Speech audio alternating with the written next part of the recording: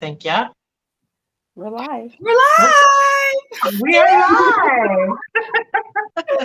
Yay! How are you? I'm good. Today's a good day. The sun is shining. It's This warm is very outside. true. Mhm. Very true. Hazel, how's your day going? It's good. Outside's nice. Sun is shining. I just came in from a nice walk. So it's good. Because we're Yeah, I pumping can up hear the you. jam for a walking event soon, right? Yeah, don't you have a walking challenge happening? I know I'm Yeah. totally derailing the conversation, but I just thought I would plug your stuff. Yes, our 30-day step challenge. And it's actually, just like, go ahead. No, you go. Oh, it's just like your Karlena 3-year anniversary. It's our 3-year anniversary as well. Yes, I remember because when you came and spoke, like, was it 2 years ago now? I think Yeah. so. Yeah, it was 2 years ago. I remember you brought a cake, and I was like, we have like similar like business like birthdays. That's Yes, awesome. we do. That's exciting. Yeah. Yeah. Wow. 3 years. I know. You know how Facebook will tell you, hey, like 2 years ago this thing happened, and it's literally like us like posing at the Shy Lounge. I'm like, what? So, yay! cool. Woohoo! Giselle says, Yes. woohoo. Yeah. Right. It's exciting. So welcome to our podcast. Thank you for coming on and having a chat with us. First of all, so I just want to introduce you very quickly because I'm going to let you take the stage after that. So for those of you that are new, this is What's Interrupting Your Life podcast. I'm Wendy. I'm a co-founder from Big Girl Interrupted. And beside me is Hazel. And I'm the other co-founder. And then we have Karlena. Karlena is, what isn't she? That's probably the bigger question. She is so many things. And I'm going to let you take the stage and let you introduce yourself, Kar. Oh, man. I thought you were going to do it. But anyway, hi, everyone. I'm Karlena. I'm a virtual event producer, a co-author, a speaker, but most importantly, a community builder. And I think that is like the vein of all the work that I do. Based on my background, working with students and first-year students in residence halls, that was kind of my start of bringing people together. And when I left that, what was my dream career, which I might circle back to it when I get a bit older. When I left that career, I really had to think about what did I really enjoy about that time. And it was really the community and bringing people together, curating experiences and seeing people build relationships. So that was a part of my start.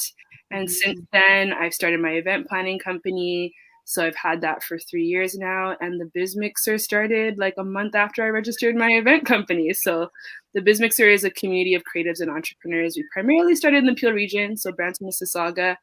And over the past 12 months, we've been able to kind of globalize that and kind of meet a lot of amazing creatives and entrepreneurs across the world. So I'm just getting to practice using time zones because there's a lot of different people that engage with our content. So it's been an amazing journey the past 3 years, just meeting people, telling stories, and sharing our platform with awesome people like yourself who like I got to collaborate with as well. So it's First of all, I just want to say the struggle is real with the time zone thing, trying to figure out. Yeah, it's like what's PST, GMT, EST, what Mountain time. Yeah. Trying to navigate that is a whole thing on its own for sure. Definitely. So one of the things that when I read your bio, I hope everybody checks out your bio, that is so interesting to me is that you were a recipient of the top 100 Black women to watch in all of Canada in 2020. Yeah. Do you want to talk a little bit about that? It was honestly totally left field. Like I till this day still don't know who nominated me. So like shout out to you if you're listening. Yeah, I was just going through emails and it was like, you've been nominated. I'm like, nominated for what? I open it and it's like, you've been nominated for the top 100 Black women in Canada to watch this year. And I'm like, in a year where my whole industry is completely shut down and I literally just had to figure crap out. It was like just a reassurance that I was on the right path. And even seeing like the 99 other amazing women that were making such impact in their own industries, and their communities across Canada, it was just such an unreal experience to just be a part of that. And the day of the awards ceremony, just being able to hear from, electeds and politicians from the cities. It was just, I don't know, it's still like surreal to me, but I think it just really propelled everything that happened in the past year and really helped me kind of appreciate all of the hard work. Because I know sometimes it's easy, like your head's down, you're just doing what you need to do, things happen. And sometimes we forget to give ourselves those moments to celebrate when we accomplish things.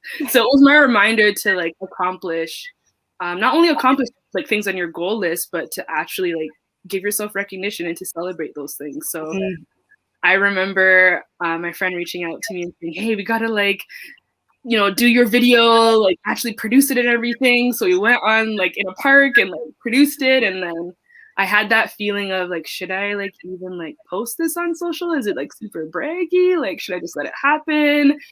And just having my inner circle being, no, like, this is a big deal. You got to post it. And I remember posting it. It was like hundreds of comments of people like telling their story and congratulating me and really like telling like how we met and like, the impact that other people have had being a part of our initiatives.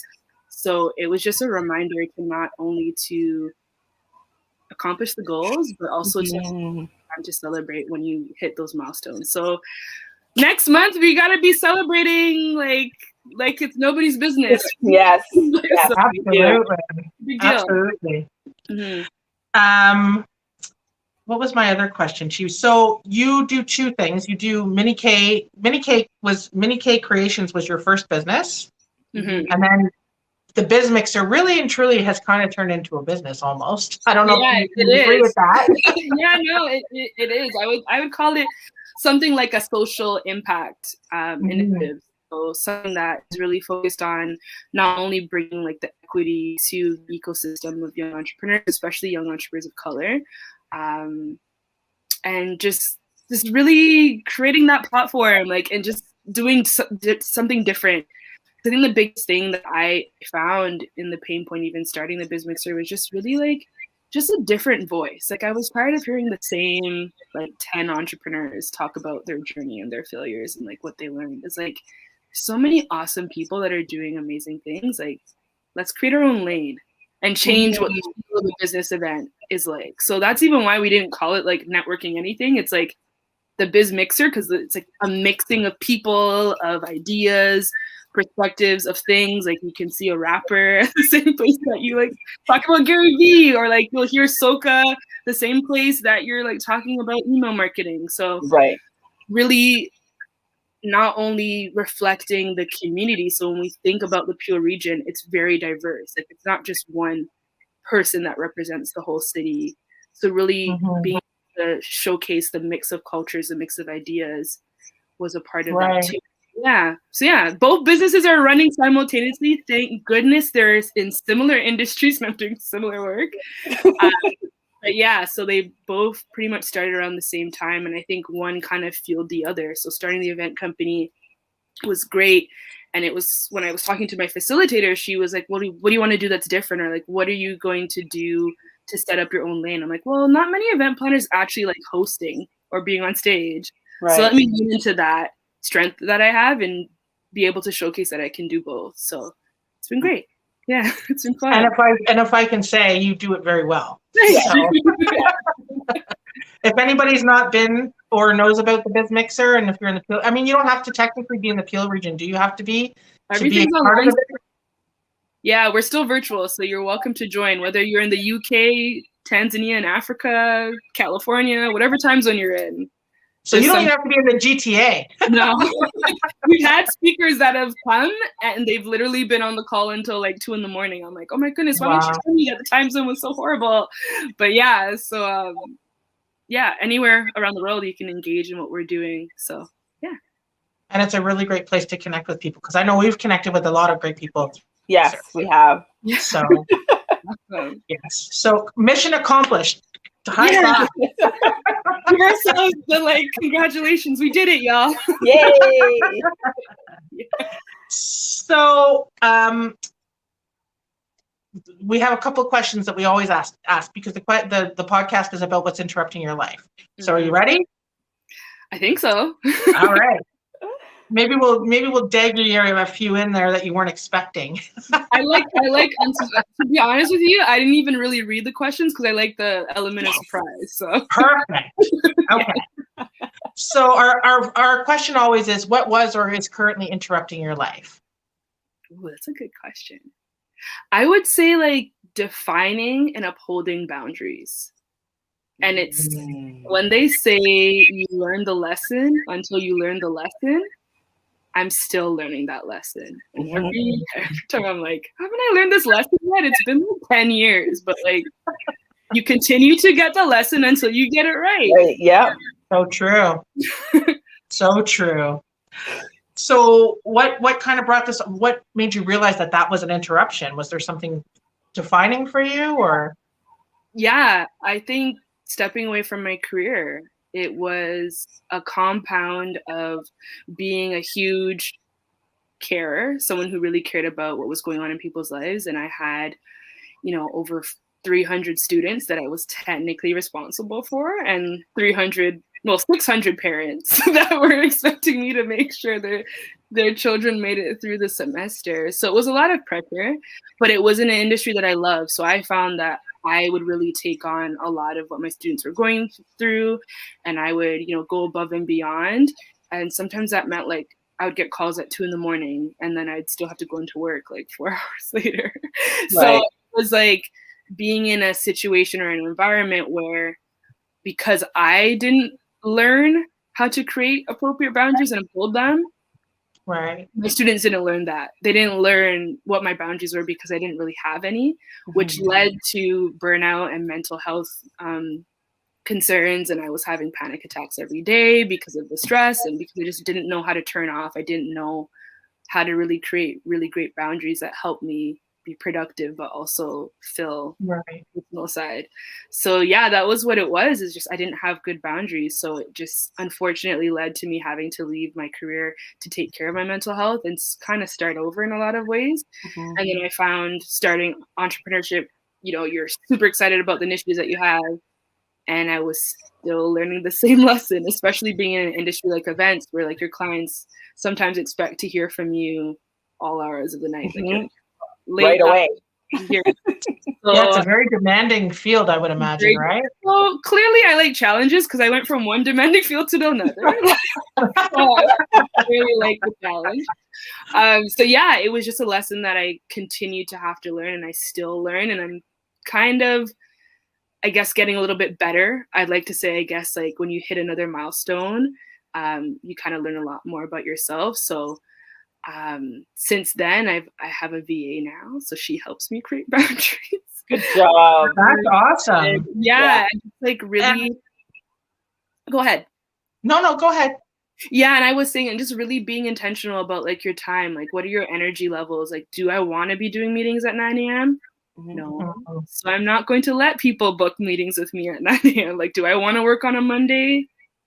Not really. So I don't book certain things on certain days, and just really getting in tune with when do you do your best work and how do you do your best work and who do you do your best work with? Because that was another thing, like boundaries of like what clients I want to work with again, or who do I want to work with, or what type of event do I want to do, who do I want to collaborate with. So just a lot of self-awareness and knowing what boundaries you have to put in place and standing by them. Because I find it's kind of like the kids when they go to the grocery store and they ask for something and you're like, no, no candy before dinner. And then like, they nag and nag and nag. And by the time they get to the cash out, you're giving them Smarties. So they know if I ask enough, you'll say yes.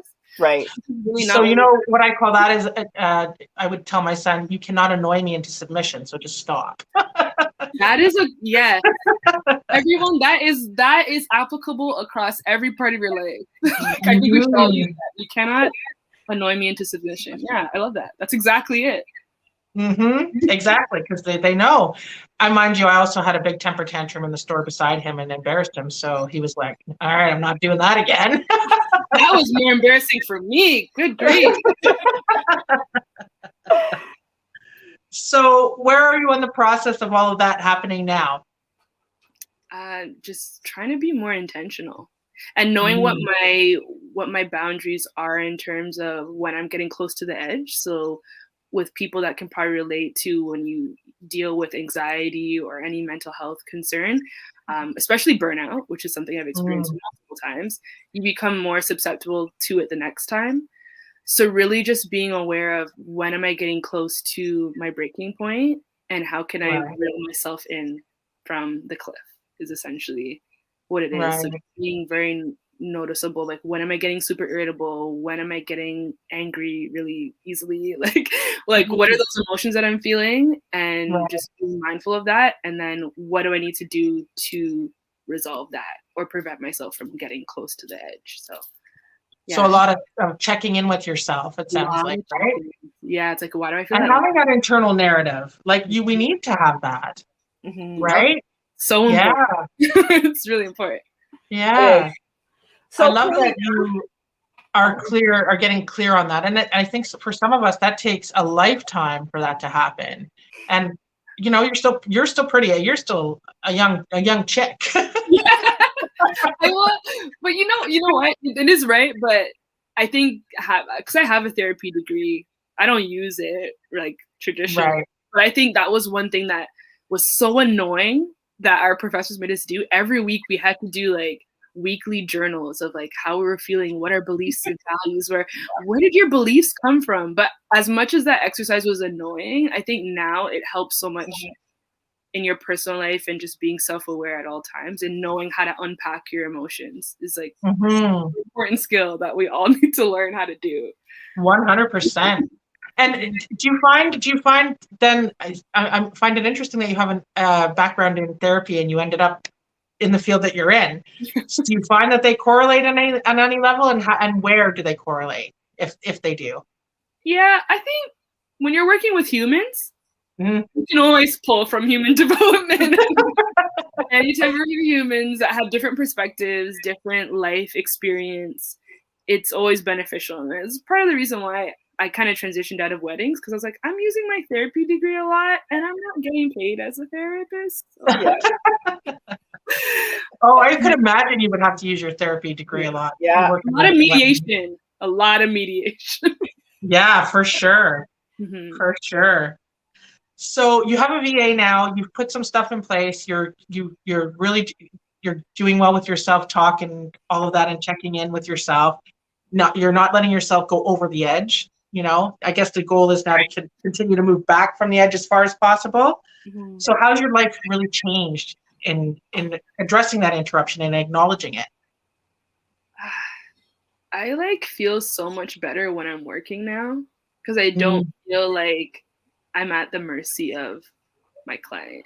You know what I mean? Like I'm working with people that are more in alignment with what I want to accomplish or like the type of events I want to execute. But I think that comes from really being true to who you are and not being afraid of who that will deter. Like once you get to know yourself and you're very strong in your own voice, people are attracted to what resonates to them. Absolutely. Exercise helped. Yeah. That was beautifully said. Yes. I have a question, Karlena. Yes. So now that you've created all this balance in your life, what does a balanced Karlena day look like with the VA and everything? Oh, okay. So the balanced day looks like I take most of my emails in my bed until 12. Yeah.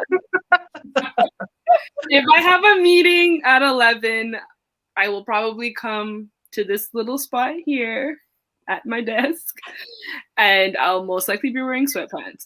But for the most part, I try to ease into my day, even if that means I'm, checking in on my social media or my emails for the day. I tend to try and do that from the comfort of my bed if I can. Right.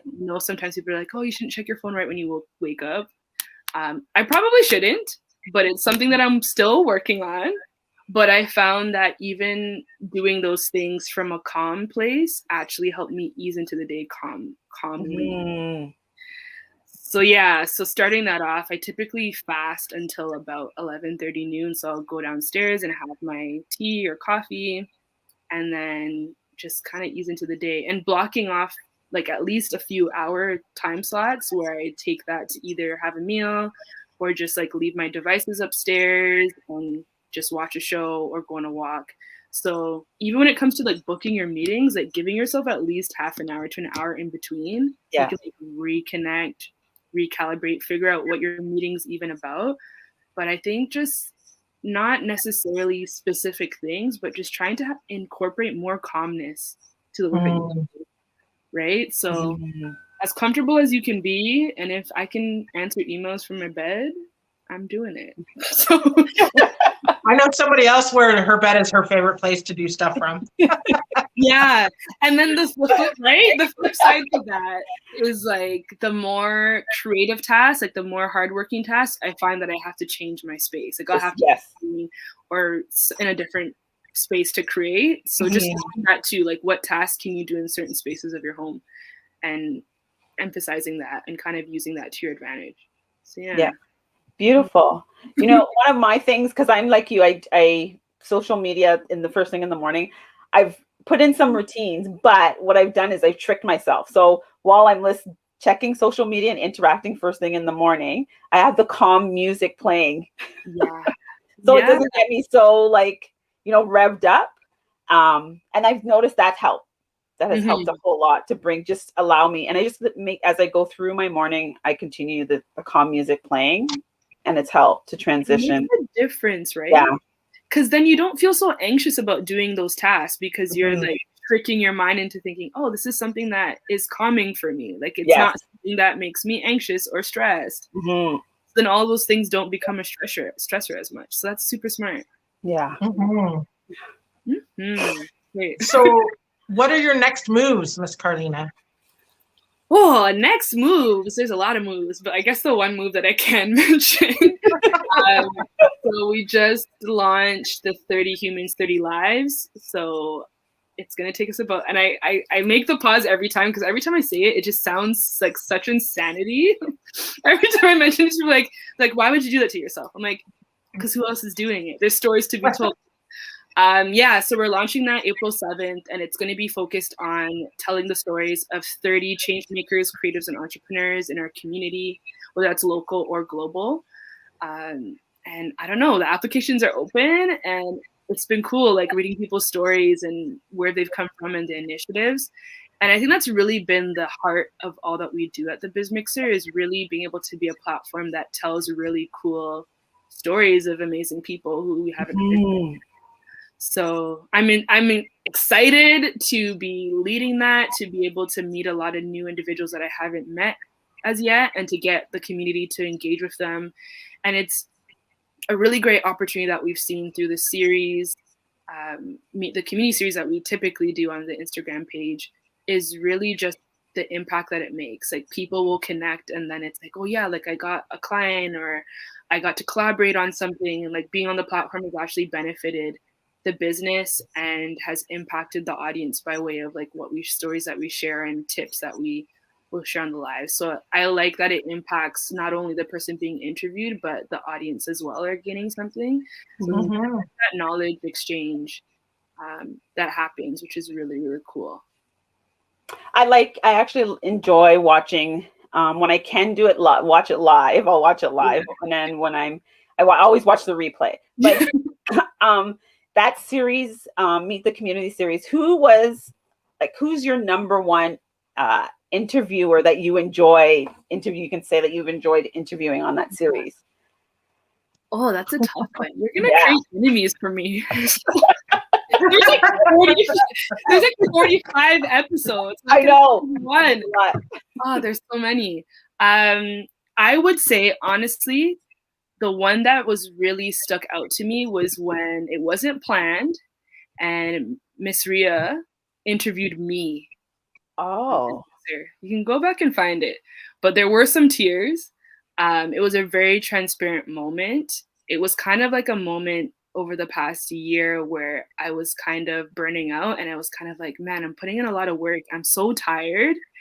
And like everything that's going on the outside is just like getting me down, and I don't have the strength to kind of push through. So that was like an interesting conversation that we had. And just to even have people that were in the comments were, you know, resonating with the conversation. And I don't know, it was just like such a beautiful, ugly mess.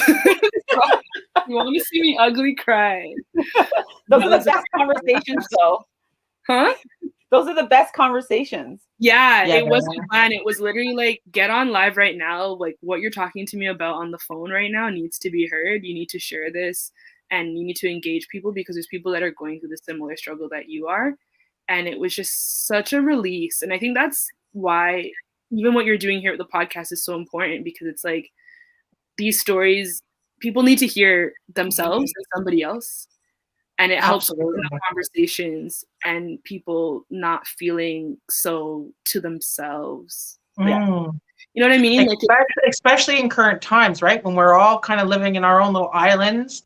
Yeah. You know, the isolation is real. Yes. And, you know, I think there's a lot of lonely people out there that think that they're struggling by themselves. And it's funny that that this actually has come up, because just today on TikTok, which I love,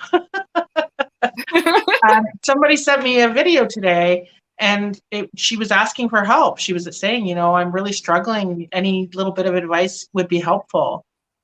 And to me, that's so brave, right? Because so many people would just sit in silence. And then there was another one that just basically said, you know, we all talk about mental health, and then when somebody talks about it, we say that they're talking too much. And we, you know, I want to get what he said. It was that we mourn suicide, but we stigmatize mental health. Yeah. Yep. Right. So you can't have it both ways.